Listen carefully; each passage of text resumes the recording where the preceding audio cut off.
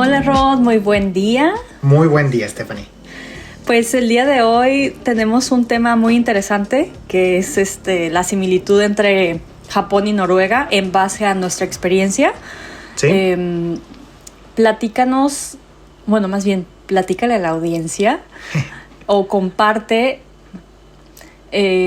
cuándo fue la primera vez que empezaste a empaparte un poco más de la cultura de Japón.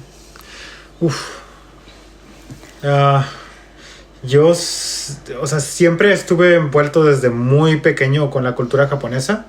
De hecho, desde niño, cuando veía las caricaturas japonesas, ya tenía una conciencia de que había una diferencia entre las caricaturas americanas uh-huh. o caricaturas pues, o sea, del continente americano, sí. Y las del continente asiático. Sabía que había una diferencia y siempre me llamaron mucho más la atención. Cuando estuve creciendo pude ver porque cuando estaba niño veía cosas como Dragon Ball, veía cosas como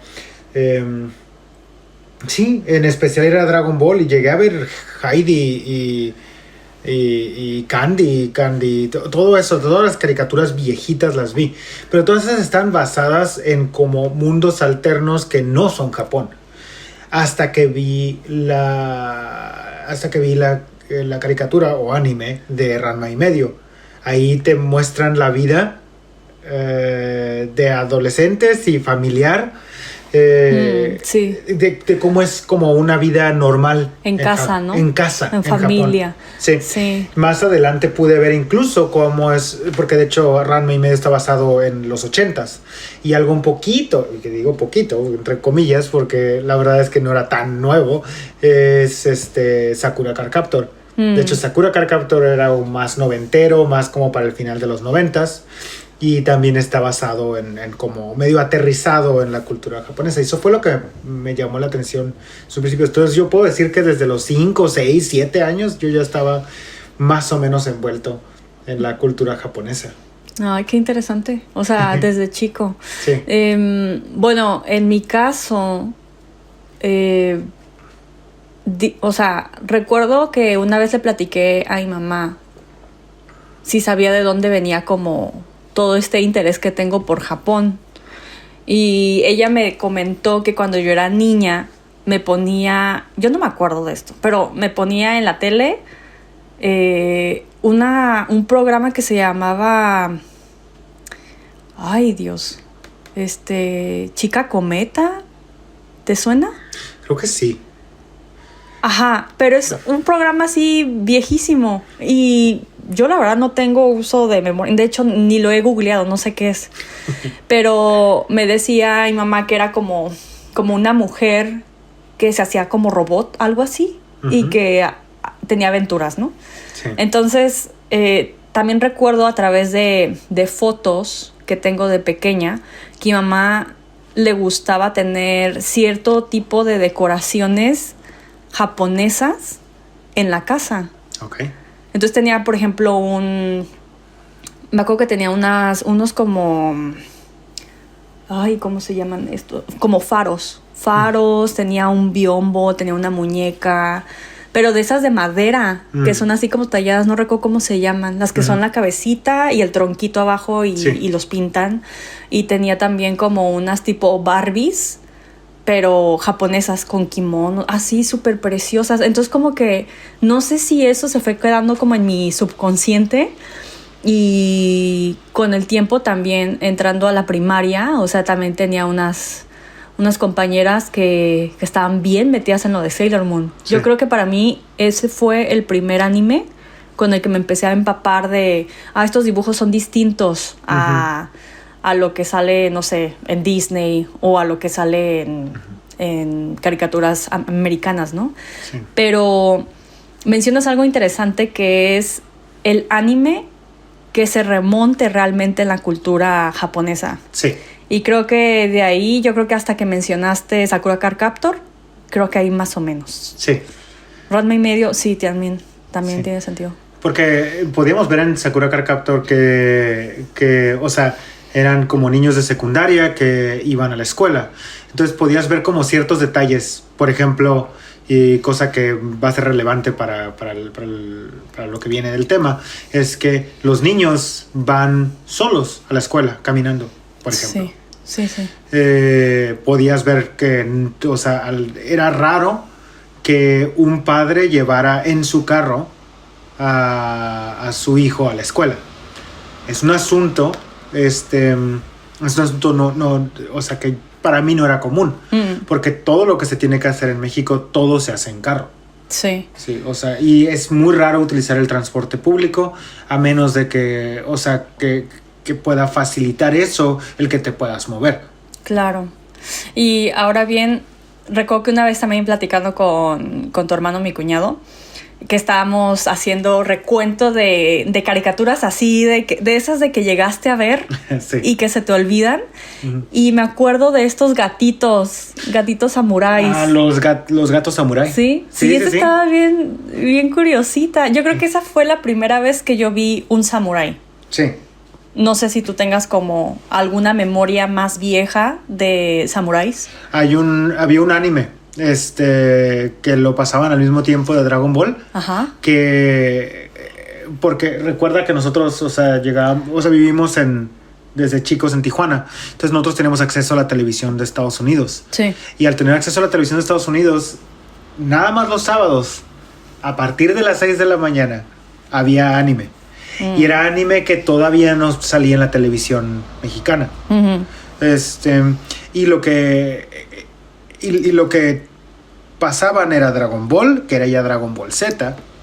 Yo no sabía de Dragon Ball. Y supe que en Estados Unidos estaban pasando Dragon Ball Z. Uh-huh.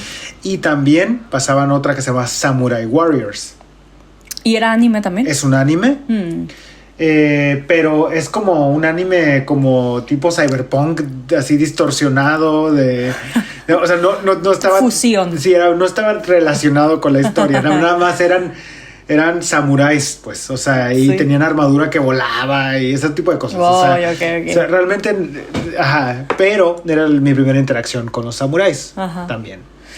Ok, sí. Entonces, ahora que estamos ya hablando muy fuertemente de Japón, ¿cuándo fue la primera vez que tuviste información de los vikingos?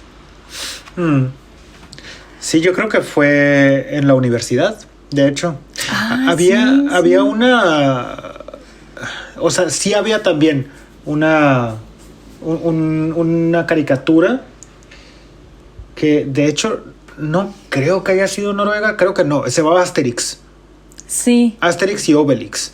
Y eran de dos vikingos. Sí, eran dos vikingos. Cierto. Y andaban navegando ahí todos. Sí. Y estaban como los bobos. Ajá. O sea, pero nunca lo vi. Ni tampoco nunca vi Mumin. Nunca tuve acceso a cosas como Mumin, por lo menos. O sea, de algo escandinavo, ¿no? Claro. Pero de los vikingos en general, pues no fue realmente, o sea, sí sabía que eran los vikingos, y eran estos gente grande y fuerte y con barba y que tenían cascos con cuernos, lo cual no es exactamente históricamente correcto, ¿verdad? Sí, pero también me hace recordar esta película de Chimuelo, Entrenando a tu dragón, ¿no? Sí. Está como muy, no sé si está inspirada fielmente en Noruega, pero sí es como la cultura vikinga, ¿no? Lo interesante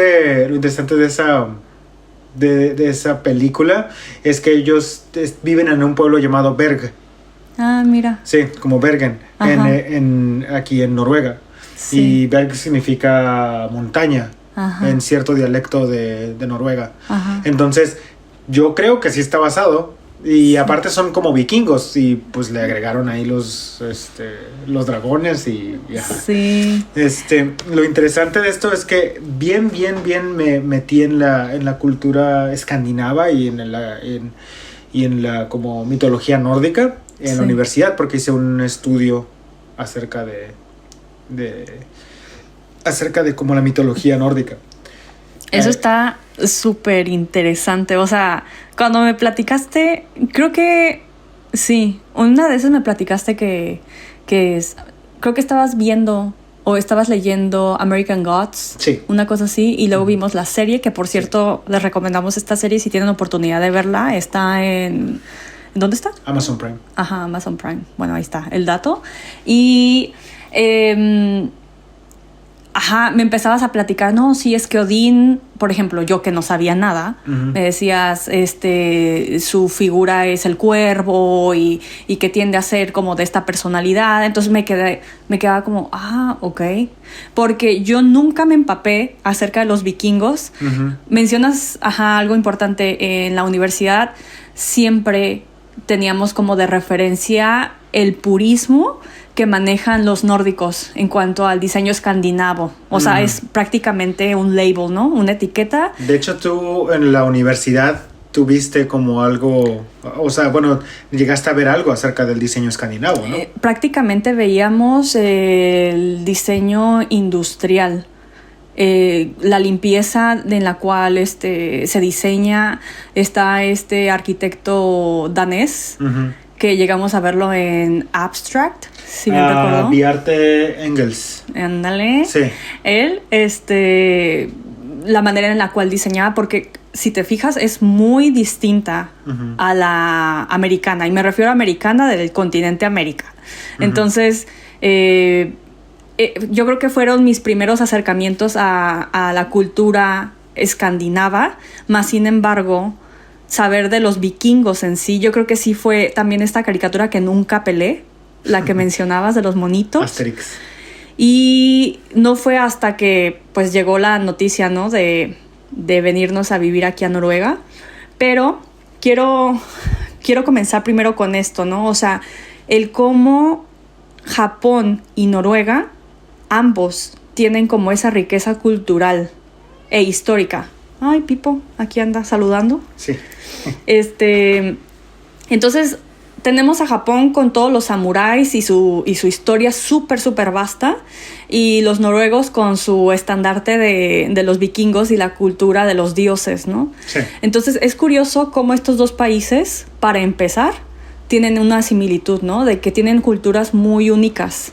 Sí. Y que hasta la fecha siguen siendo como muy celebradas, ¿no? O sea, ve esta serie también cuando vimos Vikingos, que fue como, no sabía que eran así, o no sabía que tenían como esta mentalidad, o inclusive cómo hacían esas transacciones entre daneses, entre holandeses, entre noruegos, y cómo en aquel entonces lo que te remonta la serie es que son muy distintos, ¿no? Sí.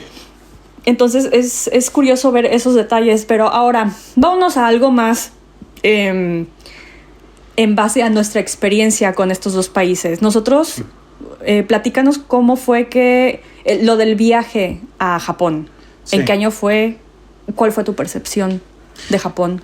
Pues, primero que nada, nosotros hicimos nuestro primer viaje internacional, recuerdo, en el 2018. Y fue específicamente a Japón. Sí. Nosotros viajamos desde San Diego, California. Gracias a Carlos por habernos así como motivado de que sí se puede, vámonos a Japón. No lo habíamos considerado realmente hasta que mi hermano empezó a buscar las opciones, y ya había ido como 2 veces él. Pero pues es porque, o sea, para él Japón no hay cosa mejor en este mundo. Es como ir al Oxxo. Sí.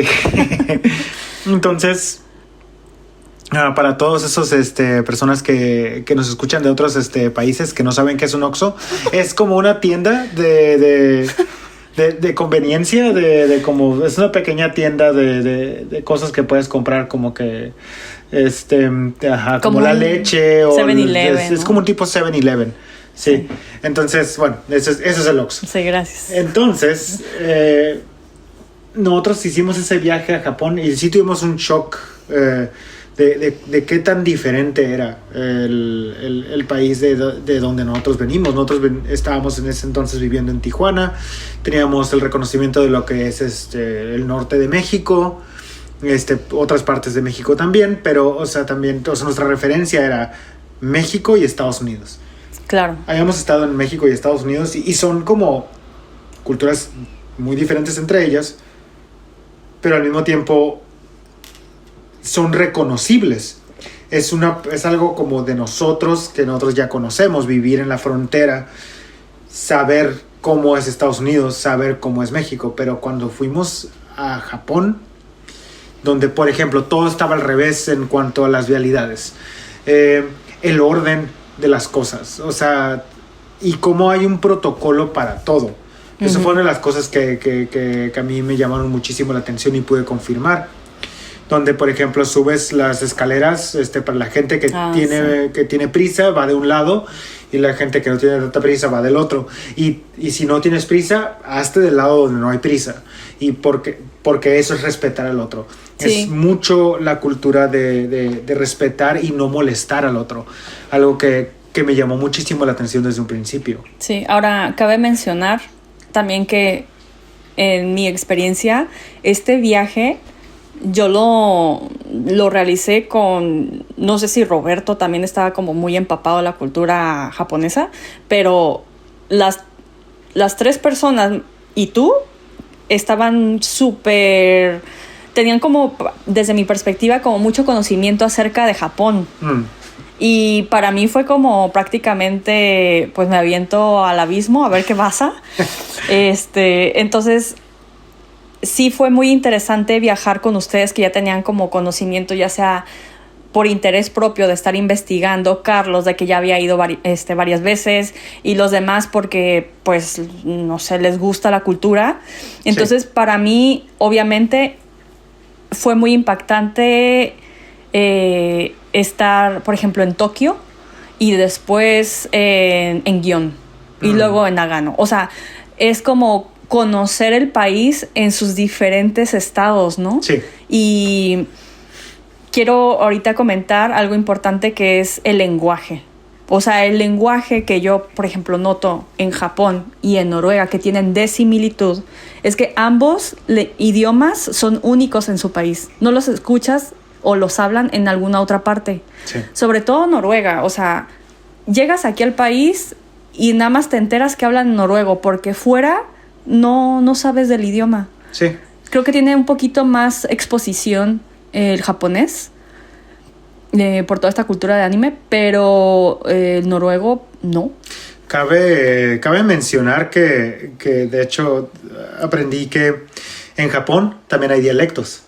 Cada región tiene sus dialectos y sus acentos y su manera de hablar, que a veces tampoco se entienden entre sí. Ahí hay otra similitud interesante entre Japón y Noruega, porque Noruega tiene sus muchísimos dialectos, muchísimas maneras de hablar. Y una de las cosas que les podemos decir del por qué pasa esto es porque en Noruega, antes de que existieran carreteras, antes de que existieran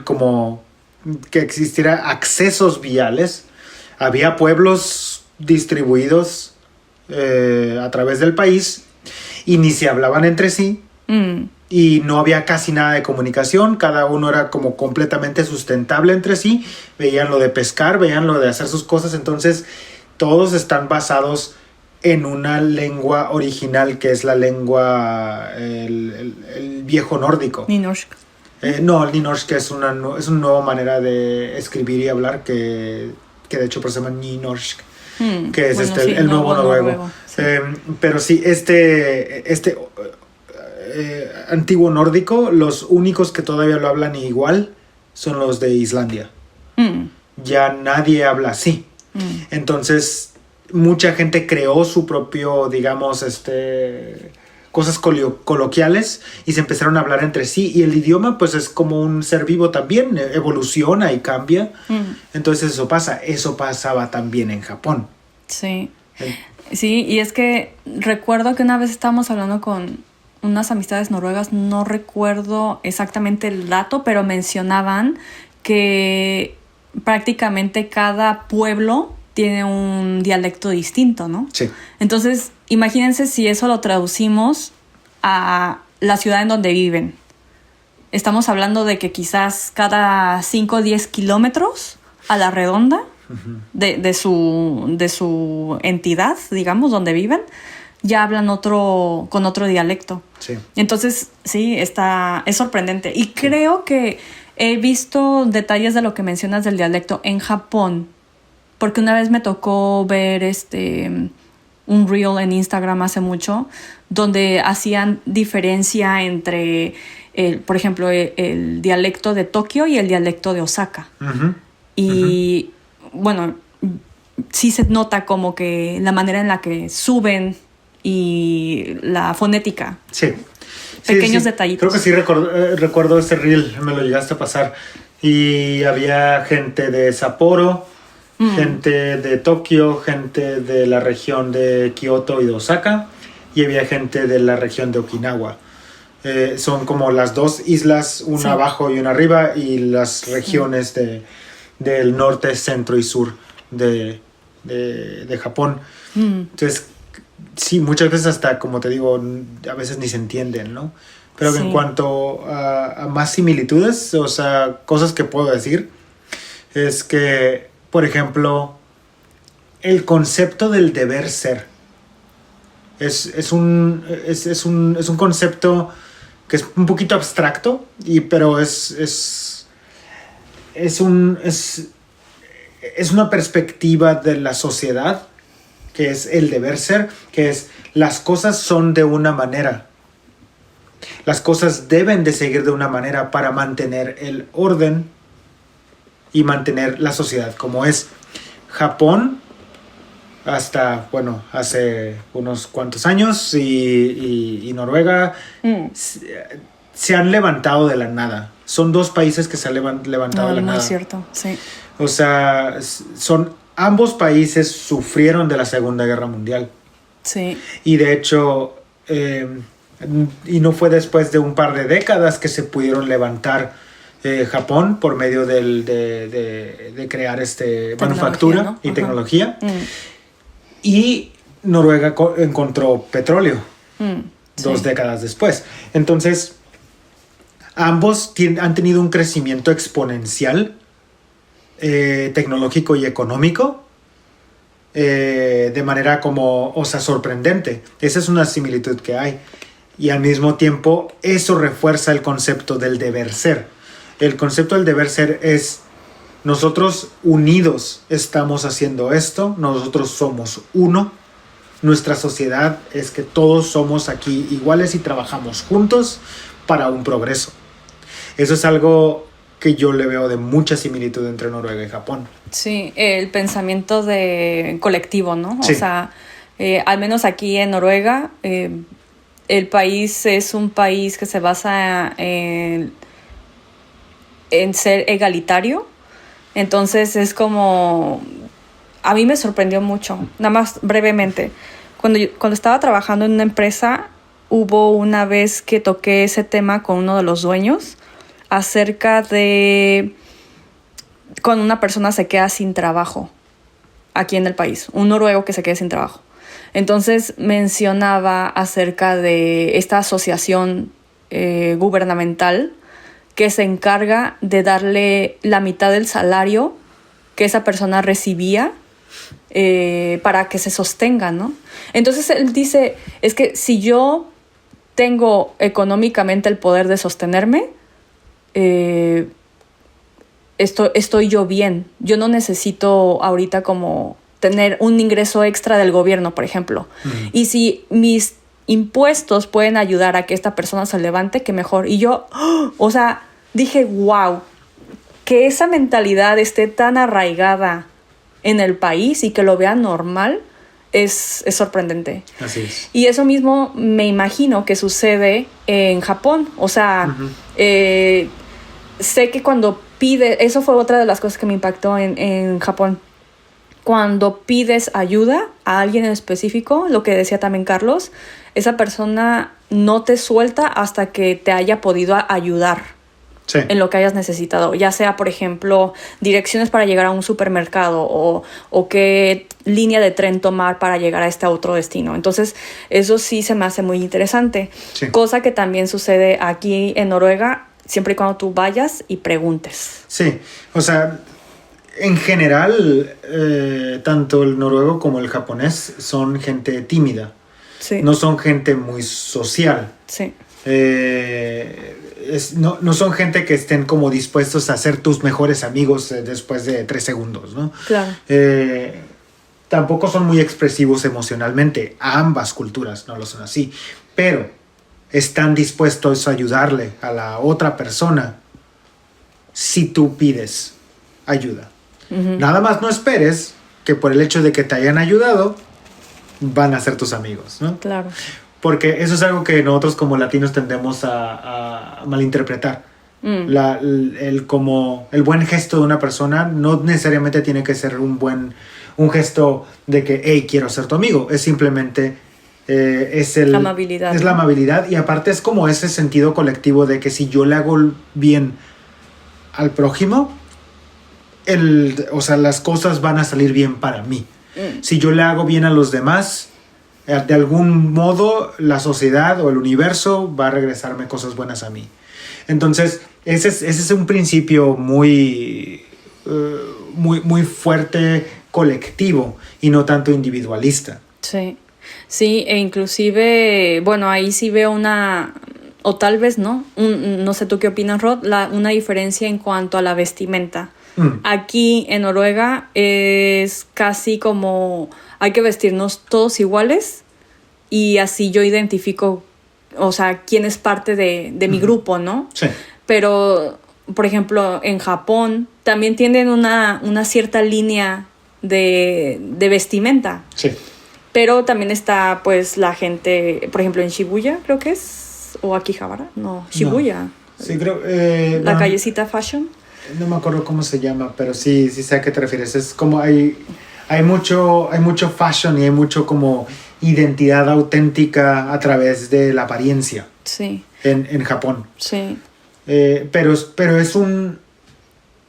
de hecho, yo podría argumentar en ese aspecto, sí, claro, de que son muy parecidos en ese aspecto también.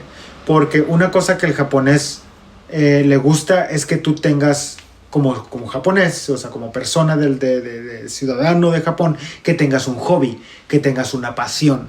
Ese es otro tema. Y si tu pasión es el fashion, y ser como realmente como cosplay o lo que sea, o sea, ser simplemente auténtico, ellos esperan que des lo mejor de ti para que seas lo más auténtico. No sé, y siempre va a haber un colectivo de gente que te va a apoyar porque son hobbies. En este caso, en Noruega no es tanto en el fashion, aunque sí hay gente que tiende como a ciertas buscar ciudades, ciertos espacios y ciertos grupos pequeños. Aquí hay mucho el colectivo de hacer cosas como, por ejemplo, deportes sí, extremos, sí. como hacer andar en barco, andar en moto, pero si vas a estar en barco tienes que saber andar en barco. Sí. No es y tiene que ser algo que te apasione. Entonces siempre buscan mucho encontrar su comunidad a través de la pasión. Sí, sí. Y es algo que, a pesar de que, o sea, se siente un poquito más extremo las cosas en Japón, sigue siendo para mí la base es la misma. Donde podría ser que sea tal vez un poquito la diferencia es en la visión económica de las cosas. Sí, bueno, ahí sí son totalmente contraste. Porque, por ejemplo, espiritualmente podría decir que el noruego y el japonés es muy parecido en cuanto si le hago bien al otro, me va a ir bien a mí, si pago bien mis impuestos, las cosas van a salir bien en la sociedad. O sea, si hago bien al mundo, el mundo va a hacer bien a mí. Eso es algo muy espiritual y muy socialista de su parte, ¿no? Uh-huh. En el aspecto económico, exorbitantemente el japonés es más capitalista, claro, que el noruego. El noruego todavía incluso es socialista hasta en lo económico. Uh-huh. No espera tener más sueldo que los demás. No espera tener un mejor puesto que los demás. El japonés sí. Claro, sí, la competencia, ¿no? Sí. Sí, y ahora también podemos adentrarnos, mencionaste acerca de la naturaleza. Cabe también mencionar que tanto Noruega como Japón son países pesqueros. Sí. O sea, que por muchos años se han dedicado a la pesca. Entonces, ambos son muy fuertes en esta labor. Ahora, yo no sabía que en Japón se importa el salmón noruego para la realización de sashimis y demás. Sí. Y que Japón, uno de los pescados que más mueven es el atún. Entonces, es por eso que no sé, es más accesible Sí. encontrarlo ahí. Pero obviamente existe un mundo abismal entre la comida japonesa y la comida noruega. Sí, claro. En tu experiencia, tú como foodie, Rod, ¿qué es lo que te gustan de ambas cosas y qué es lo que no te gusta de ambas cocinas? La cocina noruega y la cocina japonesa. La cosa que me gusta de ambas es de hecho, en muchos aspectos, la frescura de su pescado. O sea, se siente la frescura y la limpieza del pescado en ambas culturas. Son países que buscan encontrar la mejor calidad del pez, ¿no? Uh-huh. Entonces, en base a eso, o sea, la calidad siempre es muy buena. Por otro lado, lo que sí puedo decir es que tanto Noruega como Japón tienen muy arraigado lo tradicional de que es su comida. O sea, ellos siguen comiendo lo mismo que hace 300, 400 años. Es algo que también me doy cuenta. Y han perfeccionado sus propios platillos. Y eso es algo que me agrada, poder saber cómo funcionan las cosas y todo eso. O sea, algo que me podría decir... No estoy seguro de que algo me desagrade de la comida noruega o de la comida japonesa en general. Lo que podría decir es que ambas comidas tienen muy poquito sabor. Sí, o sea, era lo que estaba precisamente son muy sutiles pensando. Sus sabores. Uh-huh. Y tienen ciertos detalles con los que pueden acentuar, pero hasta el mismo como wasabi, por ejemplo, es un sabor pues muy fuerte, pero muy, muy plano. O sea, realmente es como, no le agrega, o sea, como un propósito, no es como agregarle una salsa picante a la comida en México, que le agregas y le mejoras el sabor. Es una cosa que está hecha para o sea, como dar un pico de algo que yo no entiendo todavía. O sea, pero en realidad yo considero que ambas comidas están como muy planas en sabor. Sí, cierto. Fíjate que sí, acabas de aportarme inclusive algo a mí que ya tengo tiempo aquí. Sí. Es verdad, o sea, ambas comidas no se sazonan tanto como otras. No huelen tanto como otras, uh-huh. Pero eso sí, nadie yo creo que le va a poder llegar a la apariencia y perfección de la comida japonesa. Ah, sí. Lo que me gusta, por ejemplo, de los platillos noruegos que hemos llegado a probar es que hacen combinaciones muy extrañas. Por ejemplo, todavía se me hace delicioso comer en invierno el estofado de carne de venado, uh-huh. con los lingonberries. Sí. Ay, es una cosa súper rica. O sea, y no sé si fue... si es algo que también se presenta en otros países, pero al menos yo como nueva en Europa, sí. La idea de ir a pubs, como a bares, y pedir un platillo de comida como casera ahí, se me hace como súper extraño. Es como... Sí. ¿Cómo vas a ir a comer a un bar? O sea, no sé. Se me hace como sí. Inconcebible. Ahora, tú que fuiste a Sapporo, que es esta isla, la parte norte, uh-huh. No sé si... Bueno, a la parte norte de Japón, y que me acuerdo que llegaron a un bar. Mi pregunta es, ¿había comida? Así como aquí en Noruega, como estofados. No estofados, había la posibilidad de poder de traer como una mini parrilla y te ponían como entonces carne. Ajá. Había posibilidad, pero la verdad es que nosotros fuimos y tomamos una cerveza, uh-huh. Y dijimos, llegamos a la parte más norte que pudimos de Japón y nos regresamos el mismo rato porque era 7 horas de tren. Claro, sí. Entonces es una sensación muy placentera estar en invierno a temperaturas bajo cero y llegar a un pub y pedir algo calientito, híjole, no, sí, está súper delicioso. Entonces, ahí también podríamos decir que hay como una cierta similitud, ¿no? La apreciación por la naturaleza, que era el otro tema. Sabemos que en Noruega tú puedes acampar donde se te pegue la gana. prácticamente. Donde Sí. veas tu pasto, puedes llegar, poner tu tiendita de acampar y quedarte ahí. Siempre y cuando no sea una propiedad privada o esté cercada. Sí. Y cabe mencionar también que en Japón valoran mucho toda la naturaleza. Sí. Tenemos toda esta aportación de Estudio Ghibli que ha inclusive como mostrado a todos aquellos que no somos parte de la cultura japonesa cómo es que perciben a los espíritus, cómo es que respetan las áreas verdes, los animales y demás. Aquí en Noruega tenemos toda esta cultura de los trolls, toda esta cultura del respeto y la apreciación, inclusive ambos países, la contemplación, nada Sí. más de un paisaje. Simplemente el sentarte a ver Sí. la naturaleza. Sí, y pues bueno, creo que tenemos todavía mucho que seguir aportando en lo que vemos de similitud. Me gustaría cerrar brevemente en algunos detalles curiosos que tú hayas percibido, ya sea de la cultura, la manera de vivir, que veas similitud entre ambos países. ¿Hay algo que se te viene a la mente? Algo curioso, podría decirse que